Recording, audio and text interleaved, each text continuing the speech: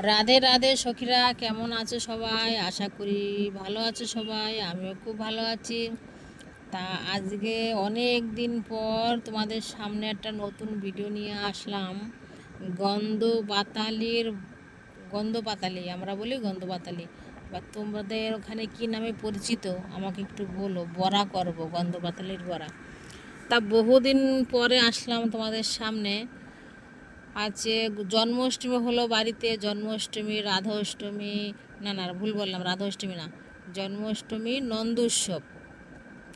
তাই জন্য তোমাদের সামনে আসতে পারিনি, ভিডিও করতে পারিনি, বহুদিন হয়ে গেল। তা ভাবছি যে আজকে একটা ভিডিও করি। গন্ধ পাতালের বড়া ধুয়ে কুচোয়ে হলুদ লবণ মেখে গরম গরম তেলে দিয়ে দিচ্ছি, দেখো একটু লাল লাল করে ভেজে নেব। তা তোমরা একটু কমেন্ট বক্সে কমেন্ট করে বলো কেমন হয়েছে। তোমরা কি কোনোদিনও খেয়েছো গন্ধ পাতালির বড়া? গন্ধ পাতালি চেনো কি না আমাকে একটু বলো কমেন্ট বক্সে।